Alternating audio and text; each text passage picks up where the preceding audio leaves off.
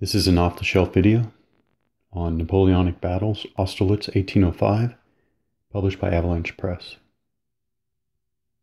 Clash of Three Empires, Austerlitz, December 2nd, 1805. After fierce fighting amid the morning mists, the French stormed the key Pratzen Heights as the sun broke out of the clouds and the Allied army began a disorganized retreat. Austerlitz is played on a topographic map divided into irregular shaped areas. Pieces fit into the areas on the map, and long units conform to the area boundaries and are facing the actual way that the piece is oriented. Game pieces come in two sizes: long units, short units. They represent infantry divisions, cavalry brigades, and artillery batteries. There are unit leaders, and units are rated for combat strength and morale. Combat includes assaults, cavalry charges, and bombardments. In assaults, units will fire at each other simultaneously. Players will roll a number of dice equal to the strength of the unit. Hit rolls of sixes will, with some modifications, cause step losses. Step losses will be indicated by flipping units and replacing the counter with the next lower level if the unit has more than 2 steps. Leaders will activate units. Austerlitz 1805 is played in turns, and each turn is made up of a number of different phases. In general, players are attempting to activate formations, and units activate by formation. Since formations are essential to play of the game, figuring out what formation a unit belongs to, well, it will take at least just a bit of practice. So here we have an infantry division. It's at a current step of A. A is strongest. As a unit loses steps, it'll go down. This is the B step. When it loses one more step, it may have a second piece with its C step, D step, and it's even possible to go down to E and F steps, which will be a small piece. So back to the infantry division. The individual division unit is Raffinieri. It says First Corps, First Division. The name and the step level is in gray. So one easy way to figure out who Raffinieri belongs to, you can use the French Order of Battle card. First of all, each of these bolded formations has a color code. Color code light blue, gray, green, red, etc. So again, Raffinieri and his step letter are in gray. So you could look for the formation color-coded gray. There is Infantry Division Raffinieri. There's the unit. The formation leader is Bernadotte.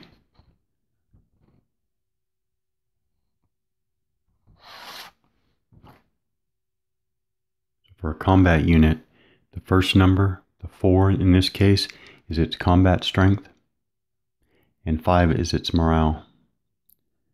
For a leader, the first number, Bernadotte here, First Corps, First number, 2 in this case, is the leader's tactical rating, and 3 is the leader's initiative rating, higher being better. On the long units, there's a gray center line that's in the background. So you will use that gray center line, and obviously there's a general formation facing arrow. The backside of a leader counter like Bernadotte here is its out of command side. I didn't notice this right away, and this is an off-the-shelf video, so I could in fact turn out to be wrong, but the rules refer to elite units, and the rules explain that elite units are identified by metal symbols on their pieces. Did not notice right away that they are probably referring to that tiny little emblem between the strength and morale, where a regular unit, so back to Raffinerie is a regular infantry, is a 4.5, whereas Soule guard unit, instead of the dot, it has that tiny little metal. So I'm thinking Soule here is a elite unit for rules purposes. Raffinerie is a regular unit. And it's the same idea on the Allied side. So the Russian infantry division here is a 7.6, so regular infantry, whereas this division up here, Malyutin, has the medal, the cross, between the strength and morale. So regular, and for rules purposes, elite unit. And elite units get various bonuses, as you might imagine. So looking at the step losses for an infantry division, we have Malyutin, the Guard Elite Infantry Division, at step A, which is always the strongest. 5-7. He takes 1 step loss. He's flipped over to his B side. He's now 4-6. If he takes another step loss, this piece is taken off the map and replaced with his second piece, which has his C step on the front side. Also, you'll notice that the graphics, in most cases, the graphics will actually go down. The number of figures will be shrinking as it goes down, which is a nice visual reminder. Now he's a 3-5. He takes another step loss. He's flipped over to his D side. Now he's a 2-1. Now if he takes another step loss, the long counter is removed. And in this case, the division has an E step. By the way, these are not set. Some units are going to have, in general, a unit could have 1 step all the way up to 6 steps. So it's not set. It's just in this case, Malyutin has an E step. Now he's shrunk to a single counter, and so the rules distinctions between short counter and long counter apply now. I think for rules purposes, this is now a short counter. And if you'll notice, the metal went away. The metal went away between the strength and morale. I am assuming that this is not a typo. I'm assuming that when it gets to this remnant, it no longer qualifies for the elite rules specifications. That's what I'm assuming. And then finally you flip it over and there's nothing on the back side. So this division goes down to an E step. It goes down to a single counter or a remnant counter. And at this last level, strength 1, morale 3, it is also no longer for rules purposes an elite unit. Movement allowances in this game are standardized. Range, the only range you're dealing with other than adjacent is range for artillery. So this French artillery unit on the left is also horse artillery.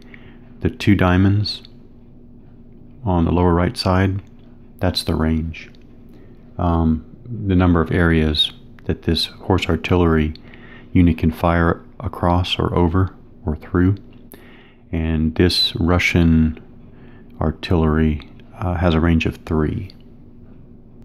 So other than the normal or formation leaders, we also have the army commander. And I think the easiest way to identify the army commander is to just go to the order of battle card. Kutuzov, army commander and headquarters formation leader.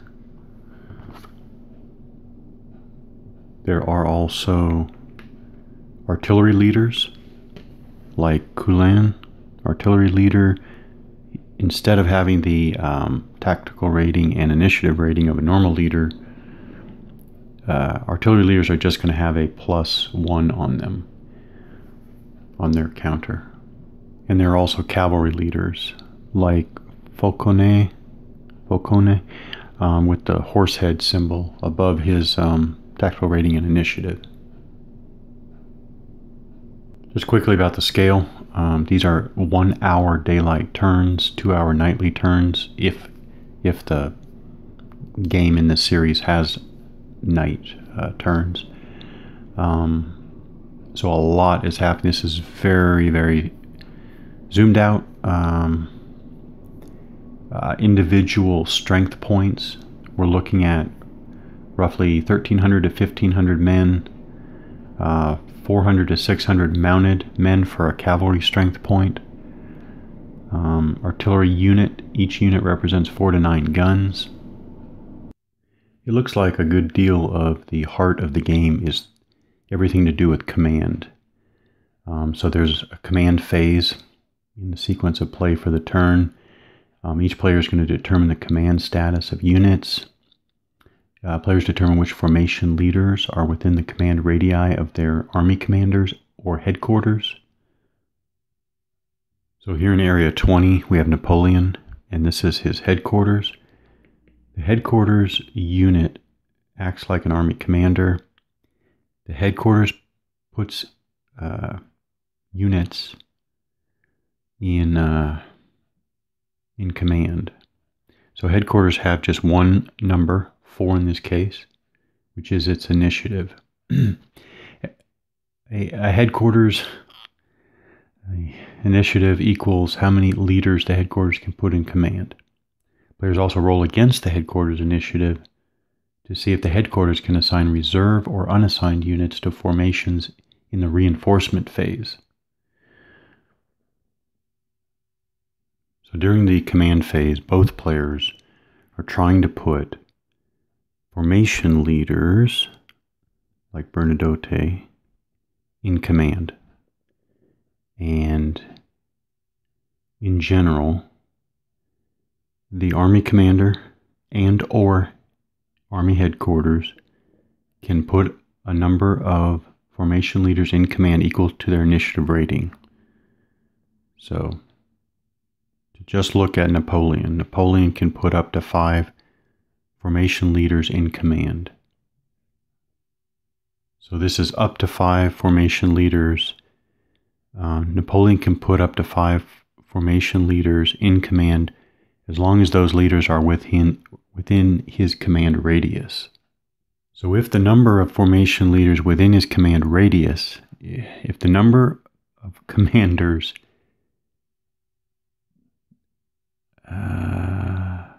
if the number of formation leaders within his command radius is greater than his initiative rating, then he will choose among those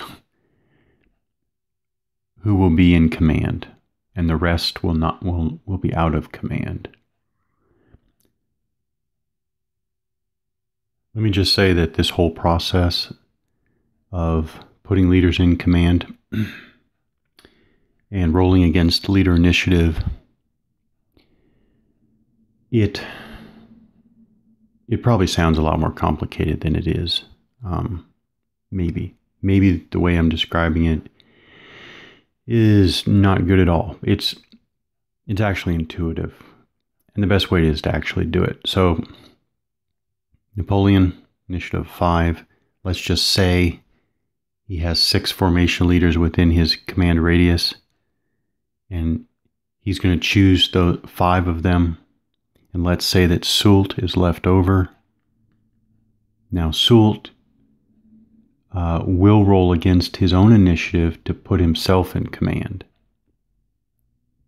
So Soult rolls a 4, which is equal to or less than his initiative rating, so he's in command. If he had rolled a 5, he would have failed that check to put himself in command, and then he would have been flipped over to his out of command side. And to continue on, if Soult failed to put himself in command, he's flipped to his out of command side. But if Soult has a subordinate leader, that subordinate leader can check to put himself in command. So I grab the French order of battle. I find Soult here, leading the 4th Corps. I look down, and actually he has a cavalry leader, Beaumont, subordinate. So just abstractly here, if Beaumont here, cavalry leader and subordinate to Soult, Beaumont could roll against his own initiative, and if he rolled a 3, less than or equal to his initiative rating of 3, he and his units would be in command. Finally, important point of this command phase, at the end of all of this checking of initiative and flipping leaders, leader counters to out of command status, at the end, the bottom line is all units that either report to an out of command, if Beaumont is out of command, for example, and if this unit reported to Beaumont, all units that report to an out of command leader or are outside the radius of their leader, they are out of command. Probably the most significant effect of units being out of command is that they cannot move adjacent to enemy occupied areas. So basically, units out of command are not going on the offensive. So after all of the command determination is done, then we go to the actual process of activating formations for action. Players will basically roll 1 die, and for Napoleon, he's going to roll 1 die. He rolls a 4. He subtracts that from his initiative rating of 5 for 1. That means that he can start by activating 1 of the in-command formations. Okay, very important. That was very misleading. The player, through the army commander, is still going to activate out-of-command formations. They will just act with the limitations of being out of command. But it's not that out-of-command formations and units will not be activated during the turn. So players alternate activating their formations by rolling against their initiative rating. And by the way, if you roll equal, if Kutuzov rolls a 5, which is equal to his initiative rating, he still activates 1 formation. Only if Kutuzov rolls a 6, he's not activating any formation, and it goes back to the French side. And if both should fail consecutively, consecutive failures will end the turn, and you'll go right to the recovery phase. Both the French and Allied armies have a substantial number of cavalry units. There's light cavalry and heavy cavalry. Heavy cavalry are shown by the white circle behind their strength. And given that both sides have a substantial number of cavalry units, cavalry charges, at least cavalry charges feature prominently in the rules. So if Kutuzov rolled a 3 against his initial rating of 5, he's activating 2 formations. He'll activate 1 formation and then complete all activities with that formation, then go right to activating his second formation And the second formation will go through all of its actions. Now, the action phase is followed in a particular order. First, you have the cavalry charge segment. Then you have the artillery. Then you have the artillery segment. Then you have movement. Then you have assault. So active in-command cavalry units can charge, but not starting adjacent. Cavalry would have to start two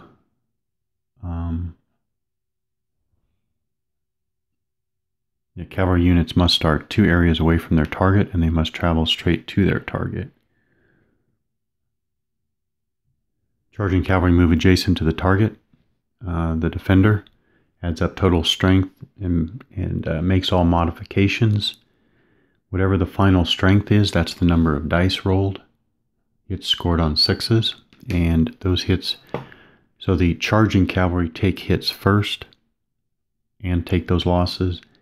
Then the charging cavalry attempt to inflict hits. While that, of course, is the absolute basic view, there are important adjustments for cavalry leaders. Morale superiority. When the charging cavalry, when it gets to their attack against the defenders, they of course are also rolling 6-sided dice for their strength. But heavy cavalry are scoring hits on 5s or 6s. There is the option to get an attacking bonus by hitting a flank or rear. It's called enfilade combat. There's also, considering this very zoomed out scale, there's still forming square, which is essentially just a morale check. It only lasts one action phase. It only lasts one action phase, so it's not that there are markers or anything. You don't do anything in particular other than check for forming square. This is involuntary. In other words, units will automatically try to go to square. If they succeed, they are more vulnerable to artillery bombardment. In the immediately succeeding artillery bombardment segment. So again, the mechanics are such that it looks like you're gonna check for going to square. If you go to square, you'll easily remember in the very next bombardment segment that they are in square, and they're going to take the penalty for that. So when the chargers move adjacent and the defenders rolling to cause hits, infantry and artillery, their strengths are halved, but defending cavalry strength is doubled. So that sounds like countercharging, perhaps, is being factored in a fairly abstract way. So this infantry would defend with a strength of 2, but this cavalry would defend with a strength of 4. So these two units, infantry and cavalry, defending against this charge, would defend with 2 plus 4 for 6 dice, and they roll that for 1 hit against the charging cavalry. As for the artillery bombardment segment, There are rules for target priority. That is, your artillery are required to fire closest enemy targets. And there's very, very basic line of sight determination. Blocking line of sight arises, slopes, swamps, towns and villages, and woods. In general, I think it's actual terrain depiction.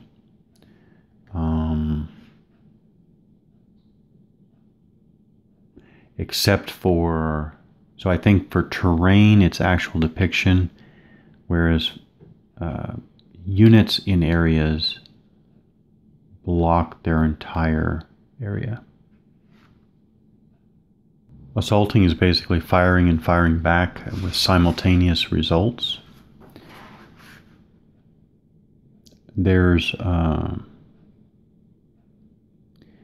are pretty significant combined arm, well, for this level of detail, there's pretty significant combined arms bonus. The attacker only gets a bonus, and a bonus means that hits will be on 5s or 6s instead of just 6s. If the attacker has at least one assaulting infantry division with attached artillery. So artillery can be independent or attached to infantry units.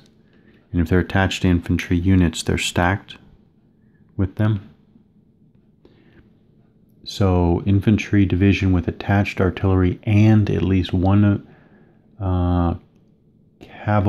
friendly cavalry unit charged during the current action phase, that is at the start of the action phase, or is participating in the current assault. So we add cavalry either attacking normally in assault or charged earlier in the same action phase. This is all combined arms.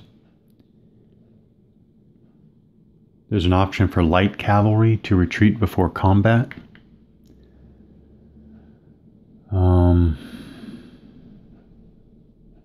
You're rolling separately for each light cavalry unit in the area, and you're rolling against the area morale. There's the possibility for infantry units, long units, to recover lost steps, and the assignment of new leaders to replace eliminated leaders. As opposed to a complete scenario book or playbook, there's just one cardstock sheet here for scenarios and special rules. There's a historical scenario, and there is a variable setup scenario. In addition, other than victory conditions, setup and order of battle, reinforcements, there are some reinforcements, but not many. The historical scenario lasts for 11 turns. Some special rules, and the optional rules include cavalry pre-assignment, and Vreda's Bavarian division. And then you have variable setup scenario.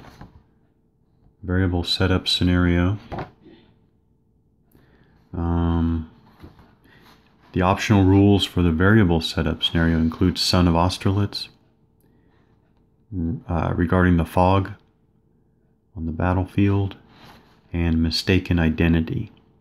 Each time an active infantry unit moves adjacent to a friendly infantry unit from another formation during a fog turn, you'll roll 2 dice, and possibility of mistaking the friendly unit as enemy. And that is Napoleonic Battles, Austerlitz 1805, published by Avalanche Press, designed by Rob Markham.